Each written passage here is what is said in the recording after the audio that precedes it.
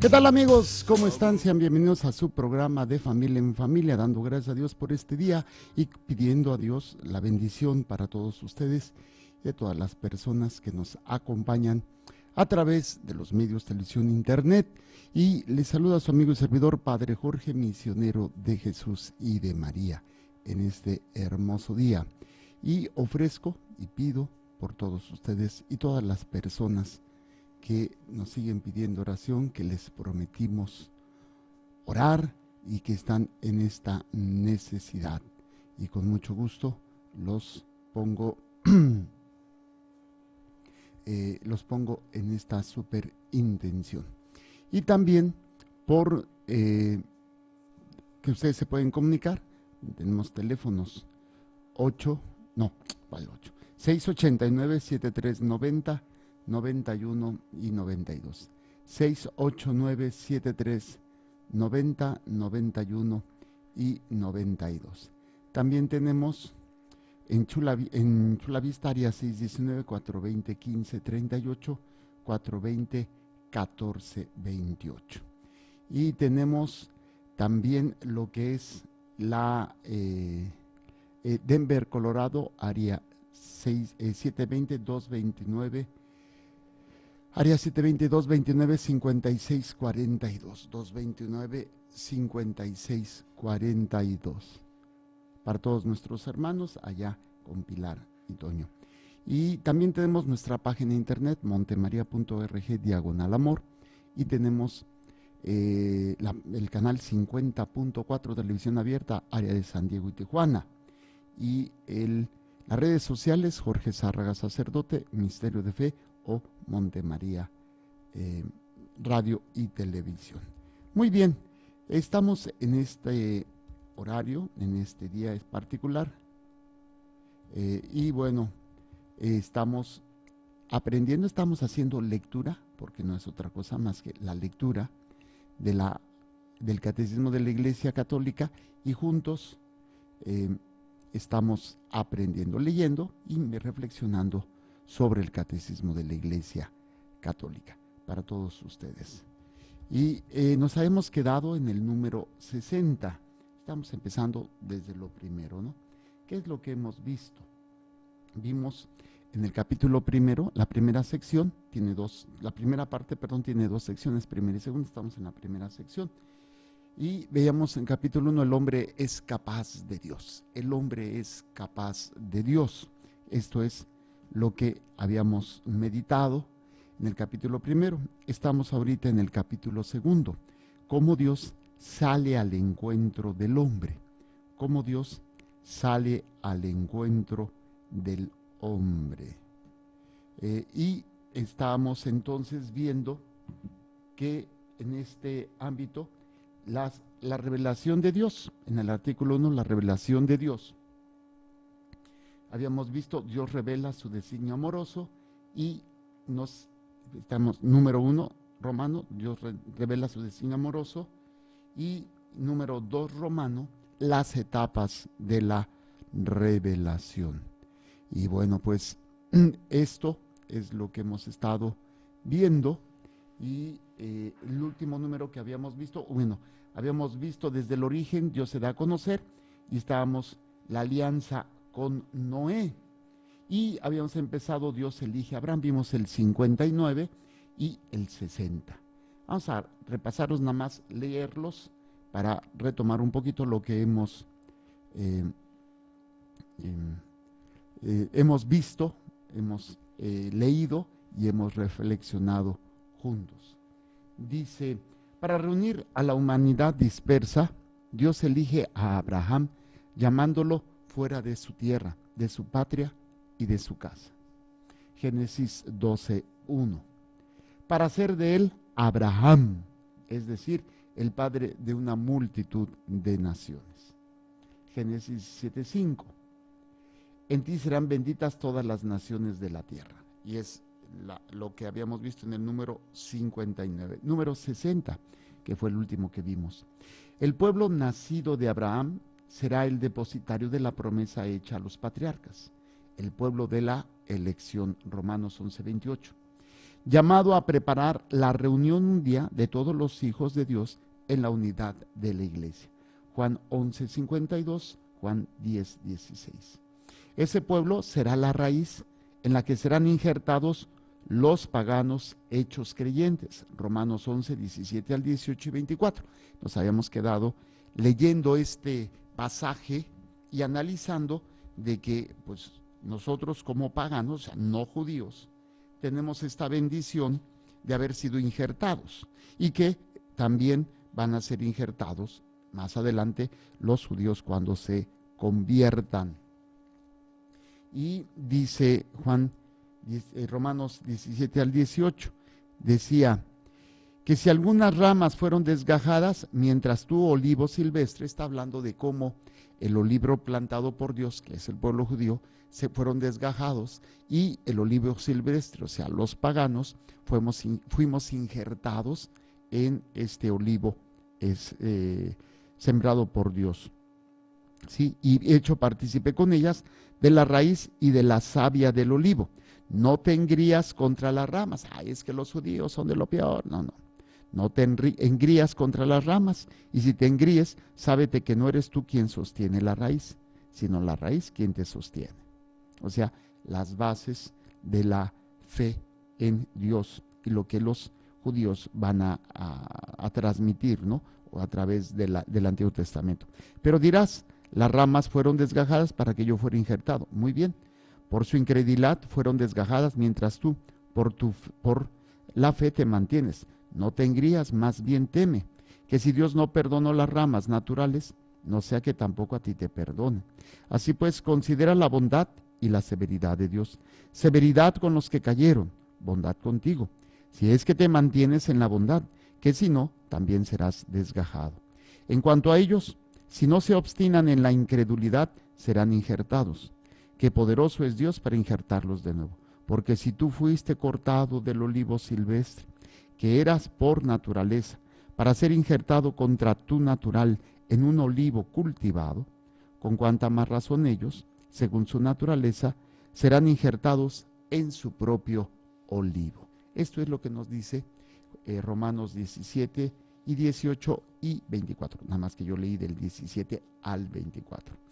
Muy bien, esto es lo que estamos viendo, y el último número de este Dios elige a Abraham es el 61. ¿Qué nos dice el número 61? Los patriarcas, los profetas y otros personajes del Antiguo Testamento han sido y serán siempre venerados como santos en todas las tradiciones litúrgicas de la Iglesia. Entonces, la santidad en el Antiguo Testamento, era cumplir con la ley, era hacer la voluntad de Dios, era vivir en esa experiencia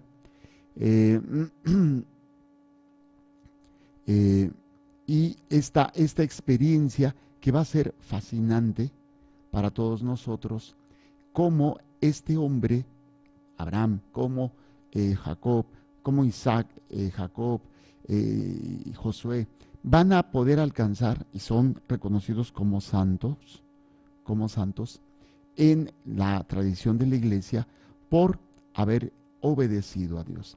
A pesar de que no habían alcanzado o no habían tenido esta realidad de la revelación plena en Jesucristo, pues fueron fieles a lo que Dios les fue dando. Claro, a nosotros se nos dio muchísimo más. O sea, más en este sentido, uno diría, es más fácil en el Antiguo Testamento que en el Nuevo. No, es más fácil ahora que en el Antiguo Testamento, porque en el Antiguo Testamento no teníamos todos los elementos de lo que es la caridad, de lo que es esta misericordia de Dios y obviamente la gracia en Jesucristo. Entonces era más difícil, es más difícil este ámbito, fue más difícil en el ámbito del Antiguo Testamento, pero se mantuvieron fieles en una realidad que es increíble, de decir cómo es posible. Bueno, pues ahí es donde se les reconoce esta cualidad, se les reconoce esta virtud a estos hombres que son patriarcas, profetas y otros personajes del Antiguo Testamento, han sido y serán siempre venerados como santos, recordando qué significa el acto de la veneración, ¿sí? Incluso el venerable anciano, ¿no? ¿Sí? Que es algo de lo cual a veces se le da ese título o se le da ese nombre a una persona que merece nuestro respeto. Hay ese acto de veneración, ¿sí? Mostrar, al final de cuentas, venerar significa mostrar un gran respeto. Hay que respetar a nuestros mayores, hay que venerarlos, ¿sí? Que viene del latín venerari, ¿sí? Mostrar devoción por algo, ¿sí? También viene dar culto a Venus, de ahí de algunas palabras, ¿no? Y de ahí viene también las enfermedades venéreas de Venus, ¿sí? Veneno también, venado, ¿sí? Pero es interesante dar o mostrar un gran respeto, que sería el culto de Dulía, ¿sí?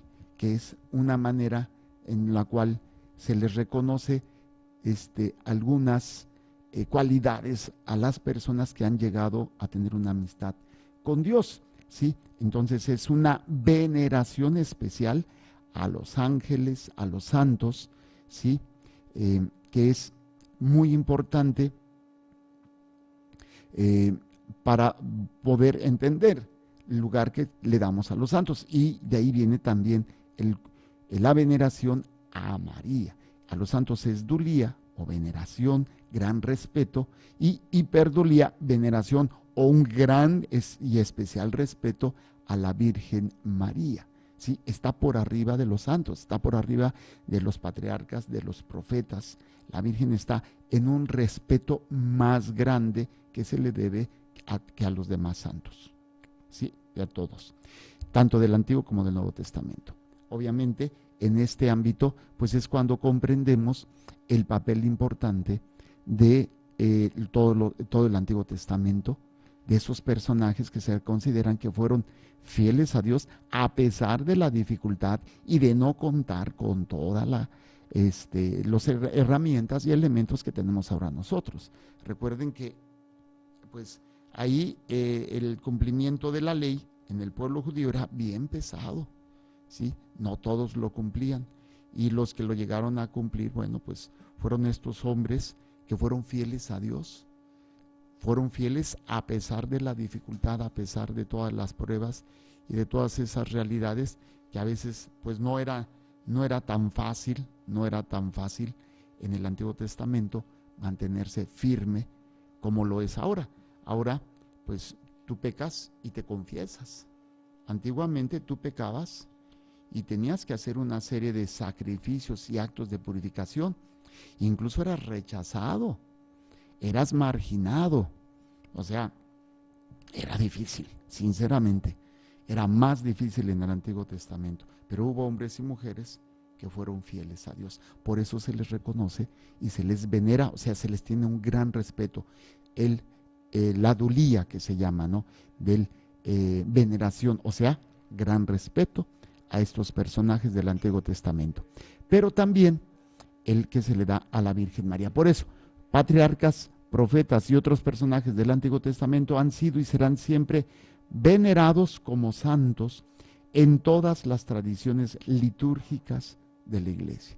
¿A qué se refiere? Bueno, tenemos las diferentes tradiciones litúrgicas, o sea, cómo se va a llevar a cabo el culto de adoración a Dios y a los santos en la Iglesia católica.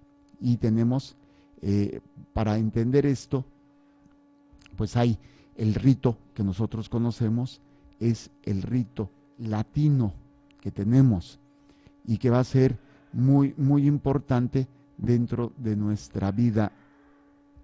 A ver si les dis, please. ¿Sí? La manera como nosotros celebramos es una, que es el rito latino. Tenemos el rito copto, el siriaco, que son más de Oriente, pero que están también unidos a la forma de adorar y de dar culto a Dios, donde tenemos las mismas bases, por ejemplo, los sacramentos, los mandamientos, el reconocimiento de la Virgen, como lugar preponderante dentro de la iglesia la autoridad del Papa. O sea, pero la manera de celebrarlo, o sea, a la hora de celebrar, por ejemplo, la misa, lo que nosotros conocemos como la misa, ellos lo celebran de una manera diferente, pero con las mismas bases de fe, con los mismos elementos de que el cuerpo de Cristo, el alma, el cuerpo, la sangre, el alma y la divinidad de Cristo está presente en la Eucaristía, en lugar de la Virgen y todos estos elementos que tenemos.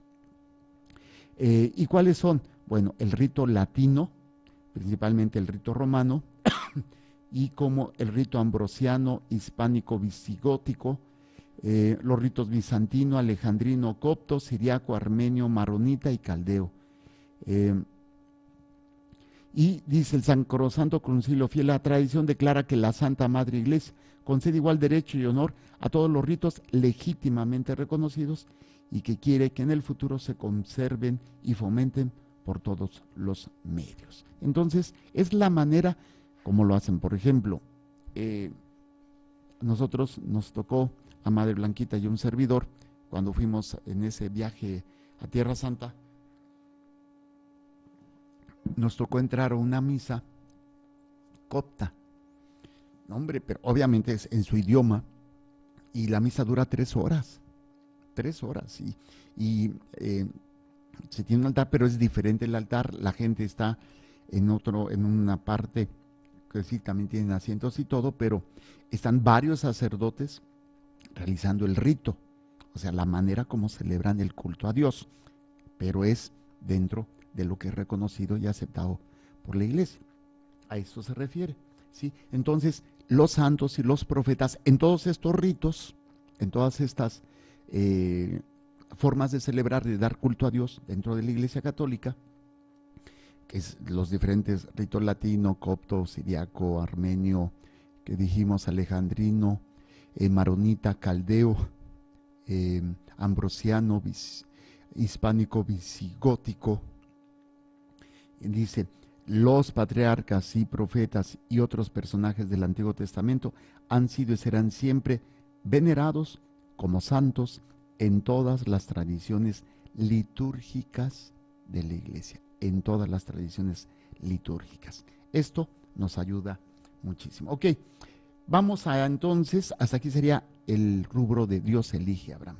Vamos al siguiente que dice, Dios forma a su pueblo Israel. Número 62 del Catecismo de la Iglesia Católica. Dice, después de la etapa de los patriarcas, Dios constituyó a Israel como su pueblo, salvándolo de la esclavitud de Egipto.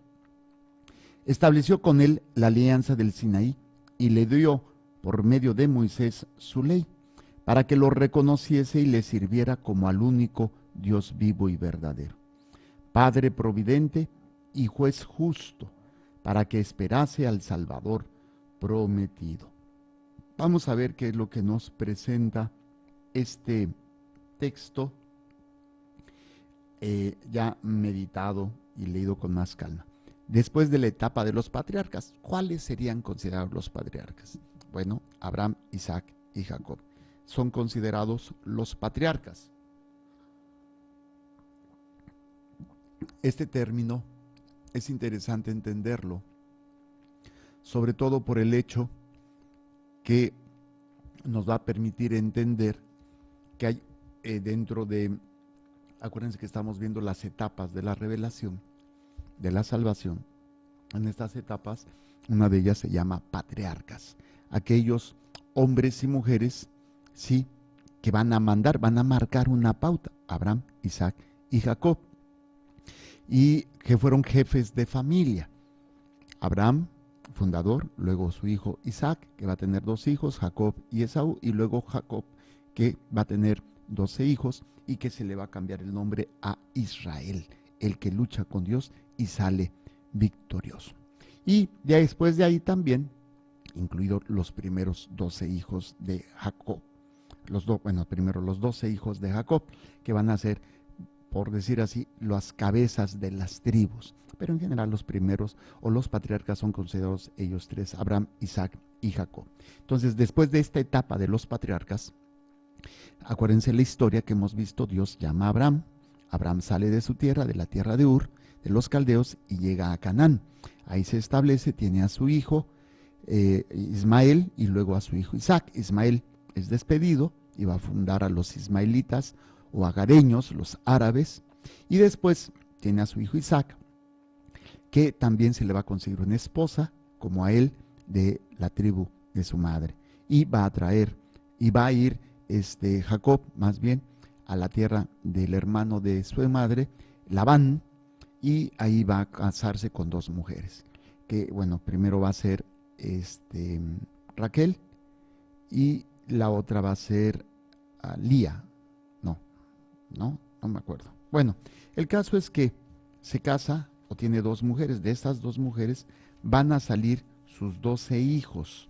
Estos 12 hijos son los que van a darse la historia, ¿se acuerdan ustedes? De José el Soñador, que va a venir una situación de sequía fuerte en el pueblo y su hermano había sido vendido por sus hermanos que no lo quieren, y José va a pasar por muchas situaciones de contradicciones y problemas para después convertirse en el segundo personaje más importante de Egipto después del faraón.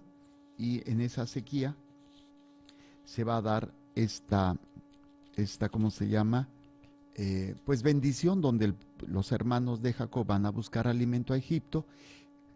De los hermanos de José, perdón, José los reconoce y, bueno, no se venga de ellos, nada más les hace pasar algunos problemillas, pero por fin regresan los hermanos y se quedan a vivir. Se trae a su padre, que se llama Jacob, a vivir en Egipto. Después viene la narración en Éxodo de cómo pasado muere José, ya no está el faraón, vienen personajes que ya no conocen a José, no conocen la historia, y esclavizan al pueblo judío y lo empiezan a explotar. Entonces vemos después de esta realidad que se va a dar en esta situación, ¿no? Entonces se da Lía, sí es Lía, y su esposa Raquel. Se enamora de Raquel, es interesante esa historia. Se enamora de Raquel y es hermana menor de Lía. Y el padre le dice, ok, trabaja conmigo 7 años y te doy a Raquel, de la que se enamoró. Y sí, trabaja los 7 años y después de sus 7 años, pues le da y se la da en la noche así tapadita, pero resulta ser que no era Raquel, sino Lía, la hermana mayor. Y tú dices, oye, qué gacho, ¿no? Pues trabájame otros 7 años y te doy a Raquel. Y 14 años. Y bueno, ya después empieza a darse esta situación de los hijos de Lía, que no tiene Raquel hijos, y entonces tiene varios Lía, y después ya no puede tener Lía, y le da a la criada de Lía para que también le dé hijos, y luego también Raquel le da a la criada suya para que le dé hijos, y por fin Raquel va a tener 2 hijos, que van a ser José y Benjamín, los 2 hijos de Raquel. Y bueno, en este ámbito, pues pasa todo esto, a eso se refiere, después de la etapa de los patriarcas.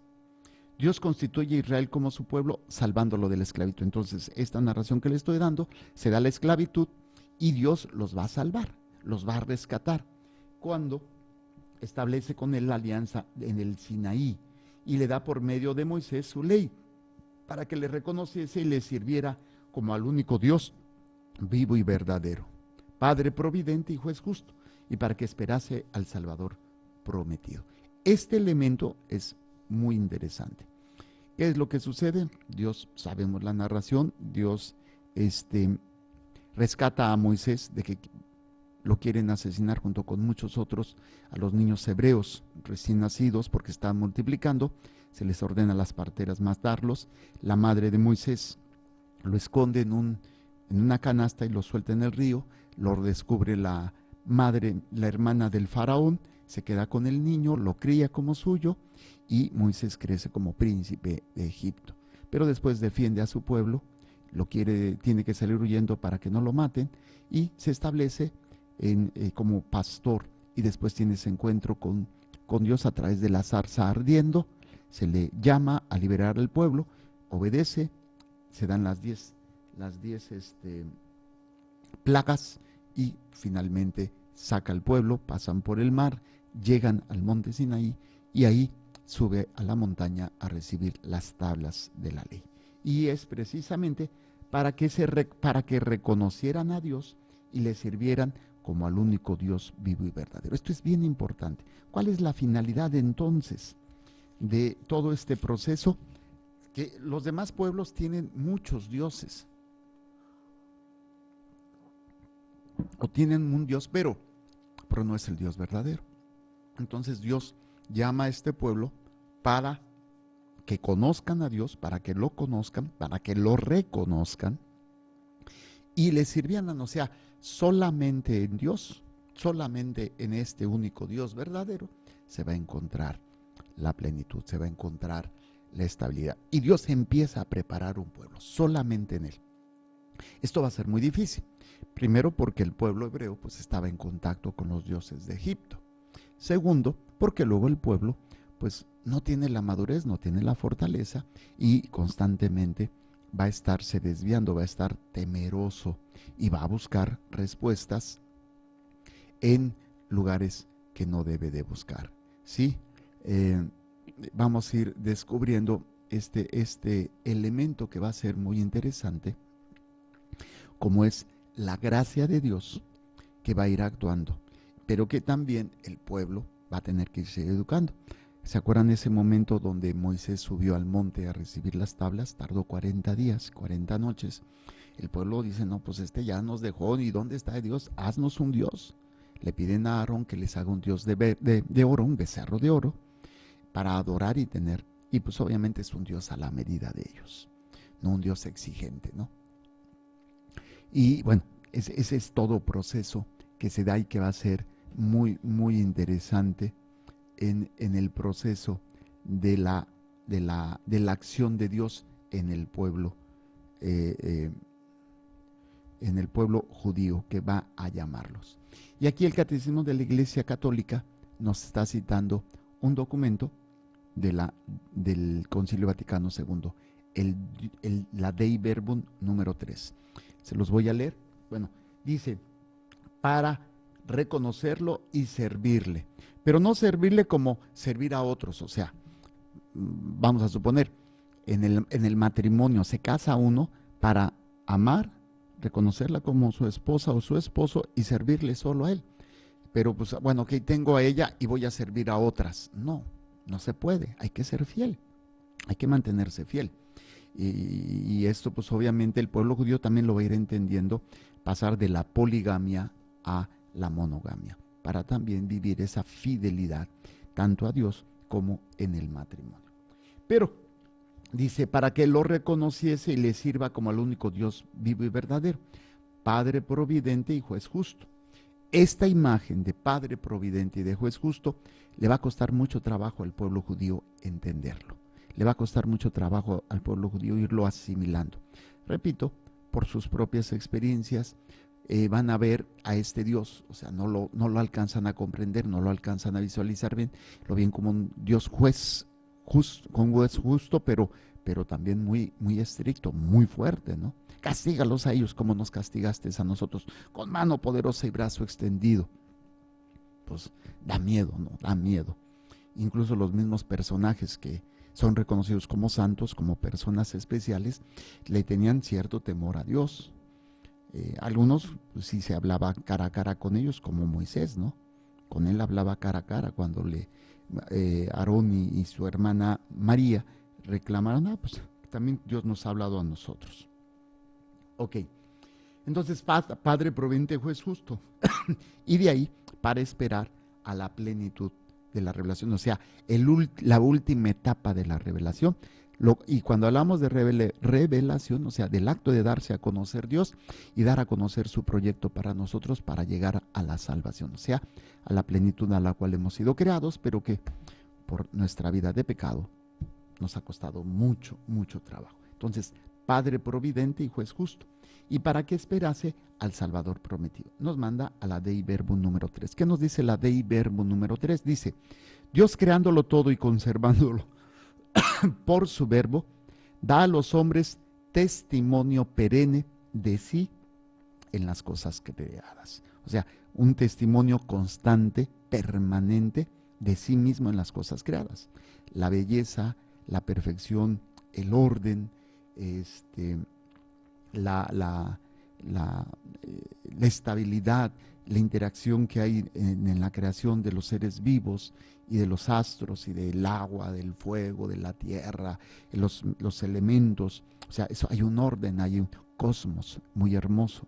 Pues eso da testimonio perenne de que hay un ser superior que los ha creado, que les ha dado esa armonía y esa perfección. Entonces Dios, creándolo todo y conservándolo por su verbo, o sea, por su Hijo, da a los hombres testimonio perenne de sí en las cosas creadas.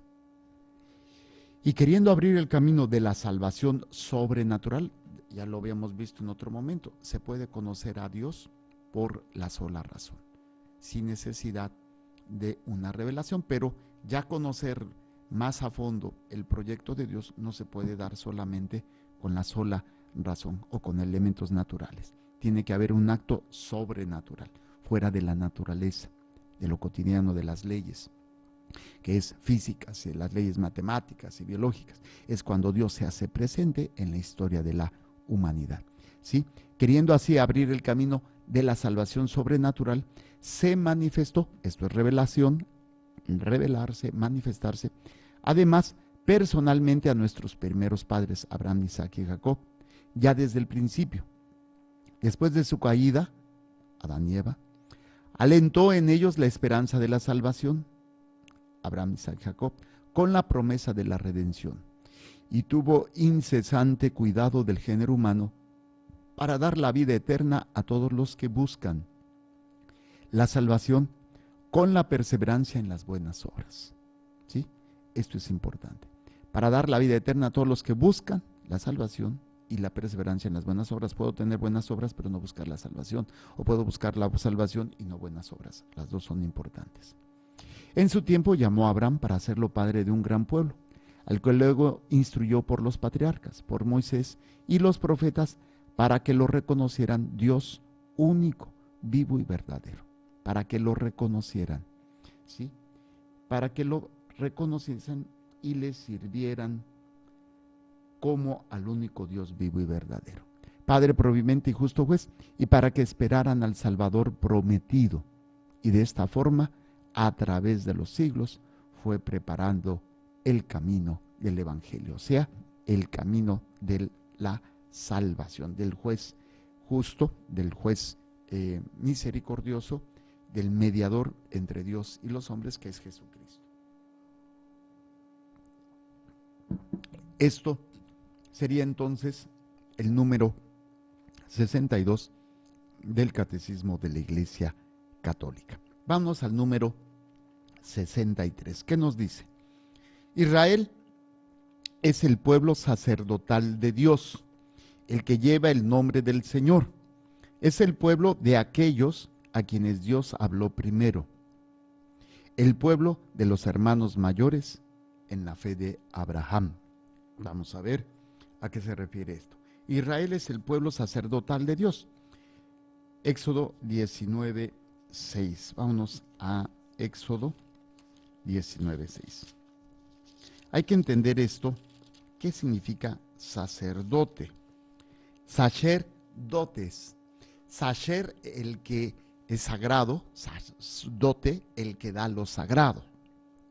Entonces dice, Moisés subió al monte de Dios, Yahvé lo llamó desde el monte y le dijo, habla hacia la casa de Jacob y anuncia esto a los hijos de Israel.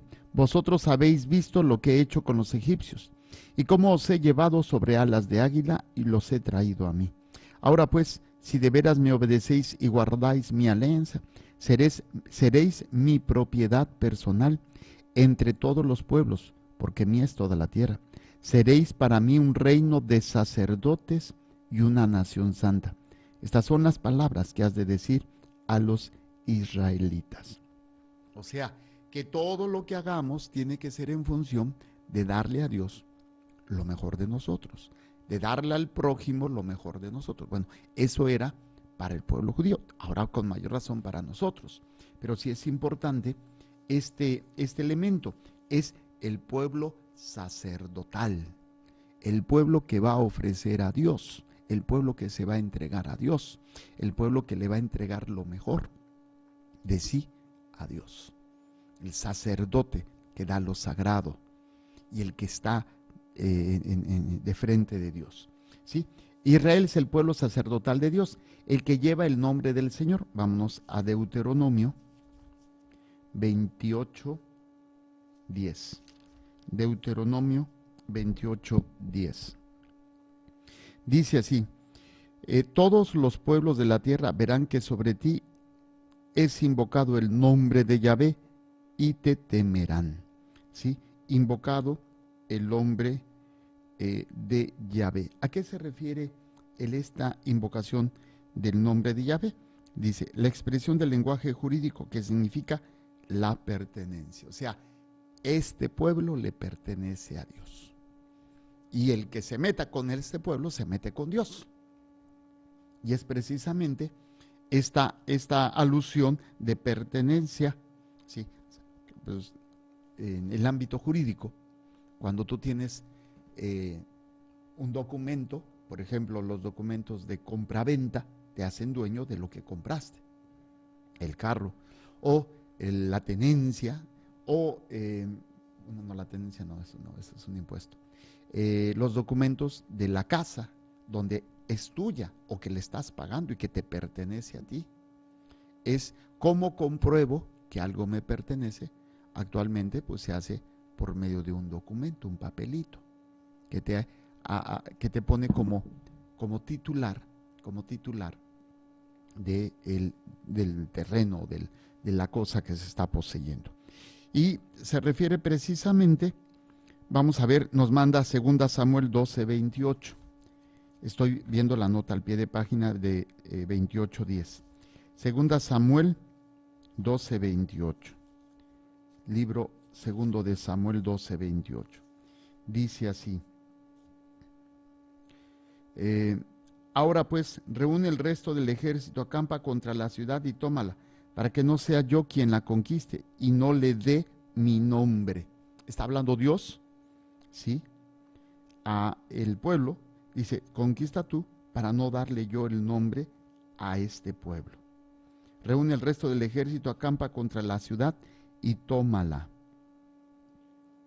Está hablando a David. ¿Sí? Y envió Joab mensajeros a David para decirle, he atacado a Rabá y me he apoderado también de la ciudad de las aguas. Ahora pues, reúne el resto del ejército, acampa contra la ciudad y tómala, para que no sea yo quien la conquiste y no le dé mi nombre. La ciudad de David o la ciudad de Joab. Quien la conquistaba daba nombre, daba el nombre, o le dejaba el nombre o le quitaba el nombre. Entonces se está refiriendo, a esa acción de la conquista. Tienes el derecho de ponerle nombre, que significa que tú tienes y te pertenece. ¿Sí? Y también nos refiere a Isaías 4:1. Isaías 4:1. Isaías, Joel, Oseas, Ezequiel, me pasé. Isaías 4, vamos, Isaías 4:1, ¿qué nos dice? Así asirán 7 mujeres a un hombre en aquel día diciendo, nuestro pan comeremos y con nuestras túnicas nos vestiremos.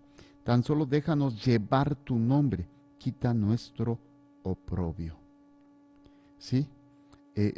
El hecho de el hombre poseer a una mujer, pues le daba el nombre a esa mujer y pues ya le pertenecía. Entonces, en este sentido, a eso se refiere el libro,